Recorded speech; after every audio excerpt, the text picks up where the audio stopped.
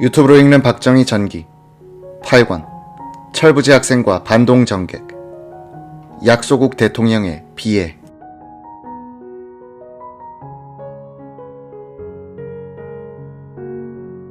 (1987년) 이병철의 사망 직전에 나온 그의 자서전 호암자전은 한국 비료공장 건설과 관련하여 박정희 대통령을 걸고 들어가는 기술 방법을 택했다.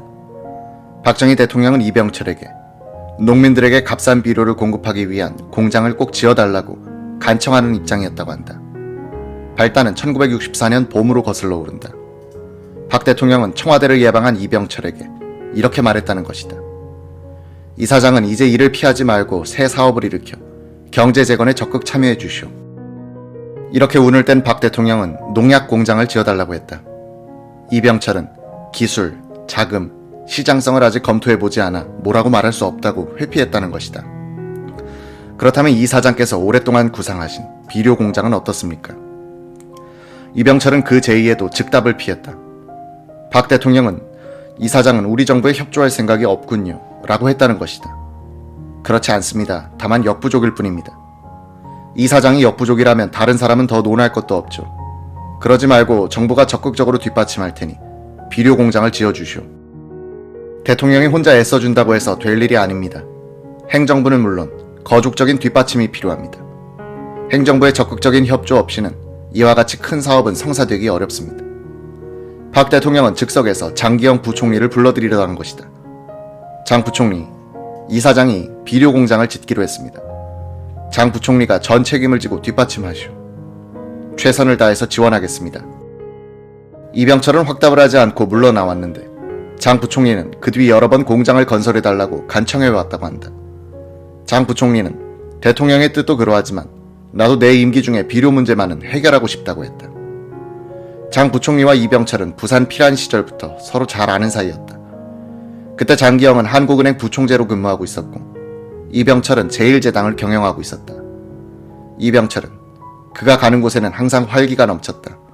어찌나 분주한지 세상을 마치 혼자서 다 사는 것 같았다 라고 회고한 적이 있다. 이병철은 장기영 부총리에게 조건을 달았다고 한다. 연산 30만 톤 규모의 비료 공장을 짓는 데는 첫째 정부 시책이 조력 모계가 안 된다는 전제 조건이 있어야 하고 대외 교섭 등 모든 권한을 삼성에 일임한다는 정부의 공안이 필요합니다. 장 부총리는 한마디로 이를 수락했다는 것이다. 며칠 후 박정희는 이병철을 불렀다. 결심해 주셔서 고맙습니다. 어차피 이 공장은 이 사장이 짓는 것이니 서둘러 주십시오.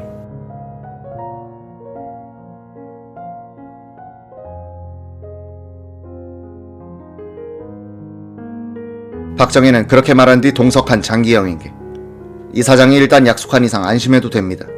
그 대신 정부가 지원할 일이 있으면 적극적으로 뒷받침하시오 라고 거듭 당부했다고 한다. 이러한 한국 비료건설 결정 방식에 대해서 당시 상공부 공업국장 오원철은 한국형 경제건설 제1권 엔지니어링 어프로치라는 회고록에서 아주 비판적으로 기술했다. 당시 농업인구가 전 국민의 약 70%일 때 비료의 중요성은 산업화 시대 철강의 중요성과 같았다. 박정희 정부는 농민들에게 비료를 싼값에 충분히 공급하기 위해 1962년부터 시작된 제1차 경제개발 5개년 계획 기간에 제3, 제4 비료 공장을 건설하기로 했다. 미국에서 차관을 비는 과정에서 박 대통령은 많은 수모를 겪었다. 울산의 제3, 진해의 제4 비료 공장을 건설하는 데 들어갈 돈은 각각 4,420만 달러였다. 이 중 각 2천만 달러가 자본금인데 한국 측과 미국 회사가 각 1,000만 달러씩을 출자했다. 나머지 각 2,420만 달러는 미국 국제개발처 AID에서 차관으로 들여오기로 했다. AID 차관의 조건은 좋았다. 최초 10년간은 연 1%, 그 후 20년간은 연 2.5%의 장기 저리 차관이었다. 경제기획원은 AID로부터 이런 차관을 얻어놓고는 제3 비료 공장에 대해서 3년 거치 15년 상환에 이자 5.75%로 빌려주기로 했다.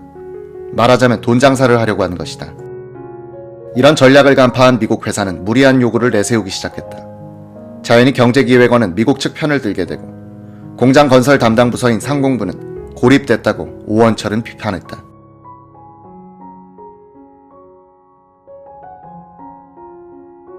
울산 제3비료에 출자하기로 한 스위프트사는 먼저 15년간의 경영권을 내놓으라고 요구했다. 우리 측도 50% 출자를 했고 비료 원료인 인광석, 유황, 염화 칼리를 스위프트 측으로부터만 사주기로 했는데도 이런 요구를 한 것이다. 시장도 뺐고 회사도 가져가겠다는 말과 같았다. 한미 양쪽은 경론 끝에 직접 투자액의 150%를 회수할 때까지만 스위프트 측에 경영권을 주고 그 후는 공동 경영하기로 타협했다. 스위프트사는 또 제품이 나오면 전량을 한국 정부에서 사주고 그 대금은 즉각 지불해 줄 것을 요구했다. 이것은 받아들일 수밖에 없었다. 이 회사는 또 투자분에 대한 이익 보장을 요구했다. 그들의 타사는 투자한 돈에 대해서 매년 20%씩 이익을 거둬 5년 만에 원금을 회수한다는 것이었다. 이 조건을 충족시키기 위해서 비료값을 매길 때 공식을 제시했다. 즉, 생산비가 얼마 들든지 간에 판매 가격은 미국과 일본의 국내 비료 판매 가격 평균에다가 수송비를 가산한 가격으로 정할 것을 요구했다. 비료는 어느 나라나 수출 가격이 국내 가격보다 싸다. 그런데 미국 측은 비싼 국내 가격을 산정 기준으로 삼은 데다가 미국에서 비료를 사오는 것으로 가정하여 수송비까지 덧붙이더라는 것이었다. 비료를 수입하는 것보다 비쌀 것이 뻔했다. 우리 정부는 약간 수정하여 이 요구도 수용했다. 경제기획원은 협상 과정에서 이상한 조건을 붙였다.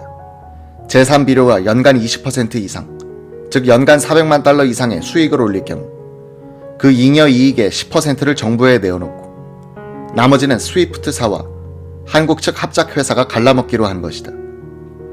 제4비료 공장에 투자하기로 한 걸프사는 그래도 유공에 합작 투자를 하고 있었던 관계로 해서 스위프트사처럼 지독한 이익 보장을 요구하지는 않았다. 걸프가 제시한 조건은 제3비료보다는 우호적이었다. 걸프 측은 또 연간 400만 달러 이상의 이익이 나면 20%를 정부에 내겠다고 했다. 건설 주무부서인 산공부의 오원철 공업 1국장은 미국 측의 요구 조건이 해도 너무하다는 생각이 들고 우리를 깔보는 것에 분통이 터졌다고 한다. 그는 농림부와 손잡고 경제기획원을 상대로 문제를 제기하기로 했다. 그리하여 박 대통령을 모시고 경제기획원 회의실에서 대책회의를 열었다. 왕초라는 별명을 가진 장기영 부총리는 오원철의 문제 제기에 대해서는 가만히 듣고만 있었다. 농림부 쪽에서 한국 측의 불리한 합작 조건에 대해서 보고를 하자 신경질을 냈다. 여보 김 과장 답변하시오. 비료값이 좀 비싼 것이 낫소? 아니면 비료가 없는 것이 낫소? 김 과장 답변하시오. 비료 공장 안 지어도 좋아요. 이렇게 다그치자 농림부에서 나온 사람은 얼었다. 그래도 비료 공장은 필요합니다. 그럼 됐소. 이렇게 결론을 내린 장기영은 박 대통령에게 각하, 조건은 좀 불리합니다. 그런데 대안이 없습니다. 라고 했다.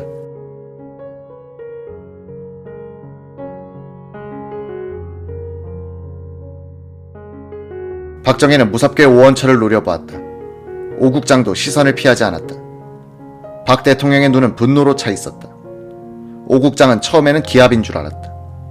박 대통령의 눈에서는 분노와 함께 비애 같은 것이 느껴졌다. 한 2분의 침묵.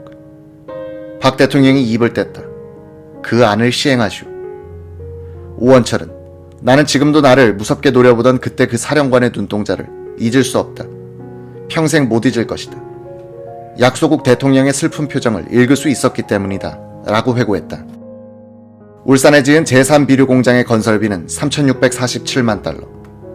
진해에 지은 제4비료 공장은 3,593만 5천 달러로 확정했다. 제4비료 공장은 가동하자마자 엄청난 이익을 냈다.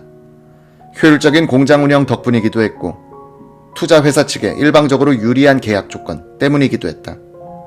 걸프가 투자한 제4비료, 즉 진해화학의 경우 1968년의 순이익은 596만 달러, 이듬해엔 780만 달러, 1973년에는 1218만 5천 달러의 순이익을 냈다.